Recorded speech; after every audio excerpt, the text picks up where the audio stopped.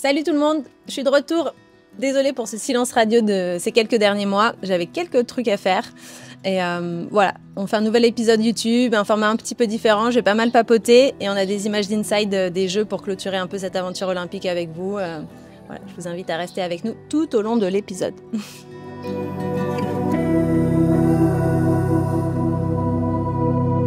Et c'est parti maintenant. Du coup, je te regarde là. Du coup, tu me regardes. Mais là, faut pas le dire parce que tu es enregistré. Ah, pardon. Ah. Bon, bah ouais, ça fait longtemps qu'on s'était pas vu, Joanne. On est content de te retrouver. Tu vas nous raconter donc un petit peu tout ce qui s'est passé. À savoir que dans cet épisode, il y aura que des images inside que vous avez filmées toi et Simon. Ouais. Parce qu'en fait, les images officielles, on n'a pas accès. C'est très compliqué avec les Jeux Olympiques. Donc, les gens peuvent regarder tout ton parcours et tous tes hits sur YouTube. Il faut retrouver assez facilement. Et nous, on va être plus en profondeur. Ton entraînement, on a pu déjà le voir dans ta série. Mais qu'est-ce qui a été spécifique par rapport à ces Jeux Olympiques? Alors les Jeux, ça a été spécifique en soi, car le spot de surf est très spécifique. Donc ça nous a amené, et je vous ai amené d'ailleurs avec moi, à passer pas mal de temps à Tahiti, essayer de surfer Tehupo dans toutes les conditions, dans toutes ces dimensions, on va dire. Et puis c'est vrai que c'était loin de chez moi, de la Réunion, donc voilà, il y a eu beaucoup de choses à organiser, on va dire, les 2 ans avant la compétition. Et puis en fait, plus on a approché aussi de l'événement, plus on a ressenti que c'était vraiment spécial et spécifique, l'engouement qu'il y a autour des Jeux Olympiques, donc la pression qu'il y a autour de cet événement. J'avais bien appris à Tokyo, mais là, c'était next level. Justement, on l'a vu dans la série, Tehupo, t'es peur quand t'es arrivé, t'as des appréhensions. Tu te sentais comment, toi, au début de cette compétition par rapport à la vague en elle-même? Je me sentais plutôt bien. J'ai vu, on va dire, les progrès que j'ai faits sur cette vague, sur l'événement WCT qu'on a eu en mai. J'ai eu vraiment des meilleures sensations, des très bonnes vagues que j'ai réussi à reproduire en compétition. J'ai pas eu le résultat, mais j'ai vraiment vu les progrès à ce moment-là. Du coup, je retournais en juillet pour la prépa finale olympique et les Jeux plus sereine. Déjà que voilà, en janvier où j'étais en stage et que j'avais encore beaucoup d'appréhension. Et en fait, quand on est arrivé, on a pu s'entraîner dans pas mal de conditions différentes. Et du coup, j'ai eu un petit déclic et j'ai l'impression que ma confiance s'est renforcée jusqu'au dernier jour avant la compète. Tu peux me redire ce que tu as dit? On va voir les vagues, Sim? Je suis à ton service, on fait comme tu veux. J'aime bien quand tu dis ça.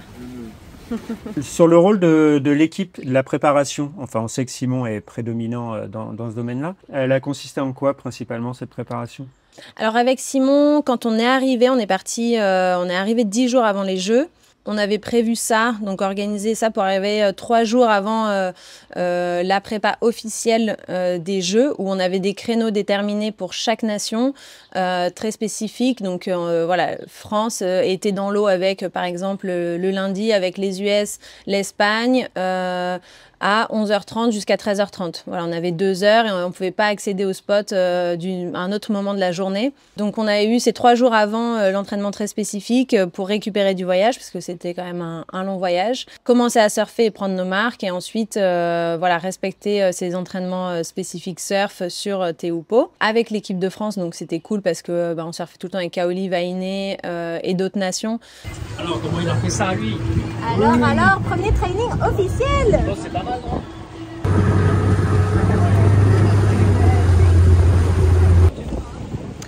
C'est le premier jour d'entraînement et du coup on voit un petit peu comment ça va se passer la compète parce que y a des lignes de bateau, on va dire officielles. Ensuite nous on peut se mettre à une certaine ligne de bateau, ça doit être la 2e ligne.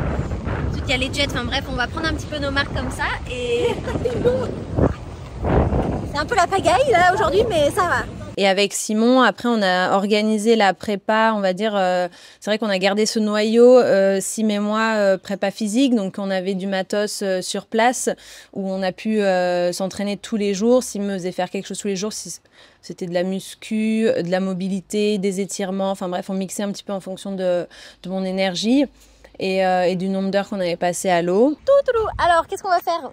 Les gars m'ont embarqué dans un petit challenge de montée en courant.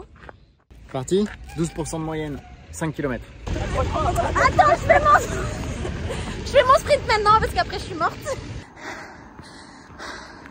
Allez, je suis honnête, je vous montre que je marche. Oh, ça pique. On a vécu un peu des jeux comme une compétition normale où on a eu beaucoup de jours d'attente. Alors qu'on s'attendait pas forcément à ça, c'était pas vraiment le retour qu'on avait eu des instances.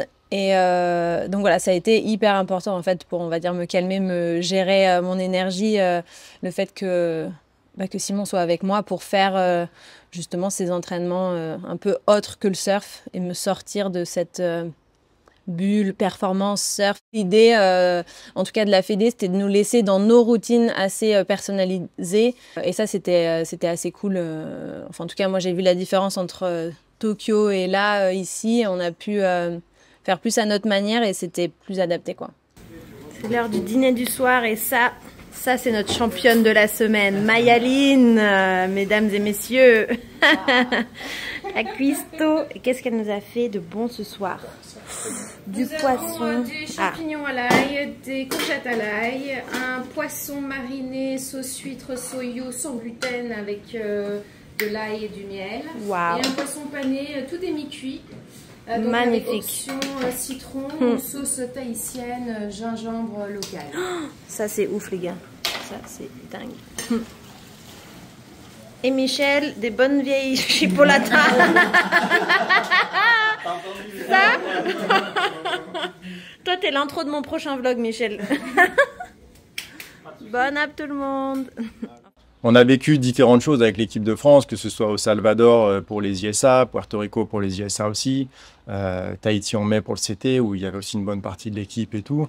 Donc, non, super ambiance. Après, chacun a ses routines et je pense que tout le monde respecte ça aussi. Kaoli se nourrit du monde et il adore ça et tout. Il y en a qui préfèrent s'isoler un peu, être plus tranquille. Je sais que Vainé, elle aime bien son calme et tout. Donc voilà, c'était des caractères, des tempéraments différents.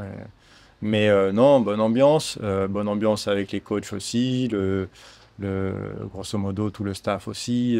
On passe un moment avec les kinés, on a été pêcher. Et c'est important parce qu'il y a quand même beaucoup de temps mort sur une compète qui est longue comme ça. Il y a beaucoup de jours off et tout. C'est bien d'avoir les gens aussi pour se distraire un peu et faire passer le temps, quoi. Honnêtement, on a passé des super moments. Kaoli est vraiment on a tous des tempéraments assez différents. On vient pas des mêmes cultures et tout, mais Kaoli est vraiment le lien, je trouve, dans l'équipe. Il fait rire tout le monde, il a toujours des histoires, il a un niveau d'énergie, franchement, il est non-stop. Ouais, c'était fou de le voir aussi à l'aise dans un événement aussi grand pour lui, alors qu'il est jeune et tout. Enfin, c'était chouette. Et du coup, voilà, sinon l'ambiance était cool. Vainé, du coup, est un peu plus réservé et fait un peu plus sa vie. Et Johan, on a passé des bons moments aussi. Franchement, il était trop heureux d'être là, ça se voyait. Lui, ça mettait vraiment... c'était le dernier à se qualifier, donc comme si c'était que du bonus quoi pour lui. Et c'était vraiment... bon, c'est mon interprétation, mais voilà, il était bien sur place. Johan, c'est du chocolat. Chocolat. Mais noir, attention. Sans lait.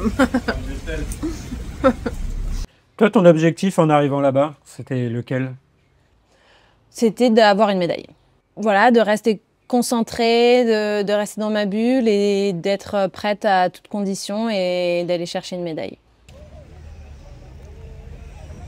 On attend pour l'instant sur le parking pour la cérémonie d'ouverture à Tahiti. Donc nous, il est 7h du matin. Je crois qu'ils essaient de faire matcher ça avec Paris.